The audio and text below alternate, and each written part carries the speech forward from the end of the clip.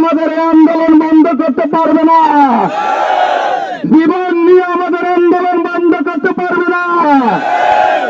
সুতরাং তোমরা সতর্ক হও, সাবধান হও, আল্লাহর দোহার আগে সতর্ক হও তোমরা।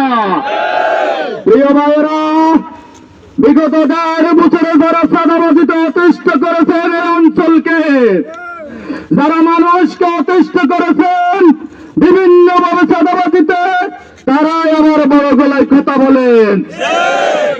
গত কয়েকদিন আগে বুইয়ারহাটে আমি দেখেছিলাম এক নেতা বক্তব্য দিয়ে বলেন যে আওয়ামী লীগের ভাইয়েরা জামাতের সাথে যাবে, 12 তারিখে নাকি উনি দেখিয়ে দিবেন। আমি সতর্ক করে বলতে চাই, বাংলাদেশের মানুষ কোথায় যাবে, কার সাথে যাবে, কাকে ভোট দেবে, সেটা মানুষ সিদ্ধান্ত নেবে। তুমি সিদ্ধান্ত নেওয়ার কে? তুমি কে? তুমি কে? আমরা জানতে চাই। সুতরাং এই জাতীয় সিদ্ধান্ত, এই জাতীয় বক্তব্য দিয়ে আমাদের এই পরিবেশকে নষ্ট করবেন না। আমাদের এই অঞ্চল আর মূলধর অঞ্চল, এই অঞ্চল বড় উলিয়ার অঞ্চল, এই অঞ্চল ভালো মানুষের অঞ্চল।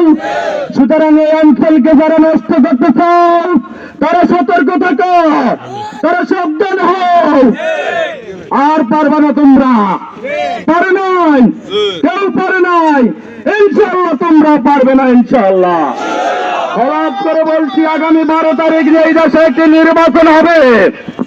এই নির্বাচনে সাধারণ মানুষ চাঁদাবাজির বিরুদ্ধে, সন্ত্রাসীর বিরুদ্ধে, খুনের বিরুদ্ধে, দর্শনের বিরুদ্ধে রায় দেবে ইনশাআল্লাহ।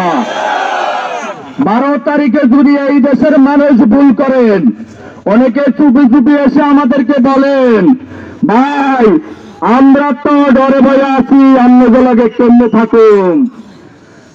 আরে ভাই, আপনি এখন ডরে ভয়ে থাকেন, আমাদের লোকে থাকতে ভয় করেন, কিন্তু 12 তারিখের পরে তো আপনাকে ঘরে থাকতে দিবে না। আপনাকে এখন সুন্দর সুন্দর কথা বলে, আর যাদেরকে ধরে অপমান করেছেন তাদের কাছে আবার নেতাকে নিয়ে বাড়িতে গিয়ে বসছেন, জানকি না?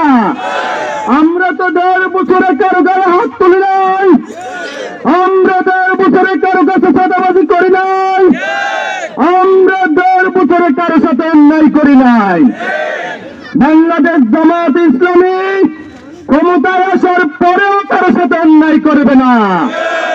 আমাদের নীতি, আমাদের আদর্শ, আমরা নীতিতে বিশ্বাস করি, আদর্শে বিশ্বাস করি, আমরা কারো উপরে জুলুমে বিশ্বাস করি না।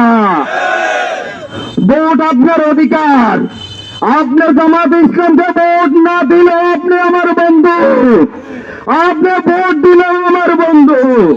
কারণ আপনাকে মিলে এই দেশ গঠন করতে হবে।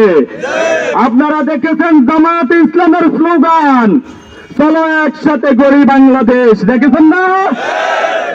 আর ভাইয়েরা বলেছে সবার আগে বাংলাদেশ। সেখানে কি চাঁদাবাজি হবে? সেখানে কি হবে? আমরা তো করতে চাই সবার আগে বাংলাদেশ, একসাথে সবাইকে মিলে, ভেদাভেদ নয়, কোনো ভেদাভেদ নয়, কাউকে বাদ দিয়ে নয়, সবাইকে মিলে আগামীর বাংলাদেশ হবে ইনসাফের বাংলাদেশ। আমাদের ভাইয়েরা জীবন দেওয়া শুরু করেছে।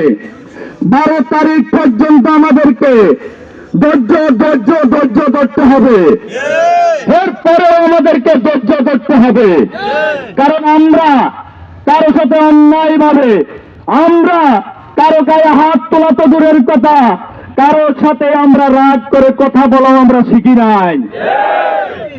প্রিয় তৌহিদি জনতা, আপনাদের কাছে সর্বশেষ আহ্বান রাখবো, ভোট নেওয়ার জন্য যারা আপনার কাছে যায়, আপনি তাদের আগে মেপে দেখবেন তারা কোন দলের, কোন মতের, কোন আদর্শে জড়িত, তাদের চরিত্র কেমন, তারা রাতের অন্ধকারে কি করে শুধু বিবেচনা করবেন।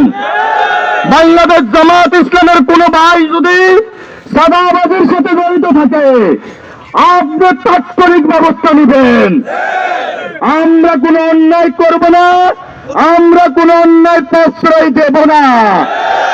আগামী দিনের বাংলাদেশ যদি গঠন করতে হয়, যদি ভুল করি তাহলে আমাদেরকে পস্তাতে হবে। আর পারবো না, আর পারবো না। তাই আসুন সকলে মিলে আগামীর বাংলাদেশ জামায়াত ইসলামের নেতৃত্বে দাঁড়িপাল্লা মার্কা, আমাদের মার্কা, কৃষক শ্রমিকের মার্কা, দাঁড়িপাল্লা মার্কা, এই দেশের মেহনতি মানুষের মার্কা, দাঁড়িপাল্লা মার্কা। এই দাঁড়িপাল্লা মার্কার পক্ষে একটি গণজাগরণ তৈরি হয়েছে ইনশাআল্লাহ। এই গণজাগরণ ঠেকানোর জন্য বিভিন্নভাবে পাইতারা শুরু হয়েছে, কোনো লাভ হবে না।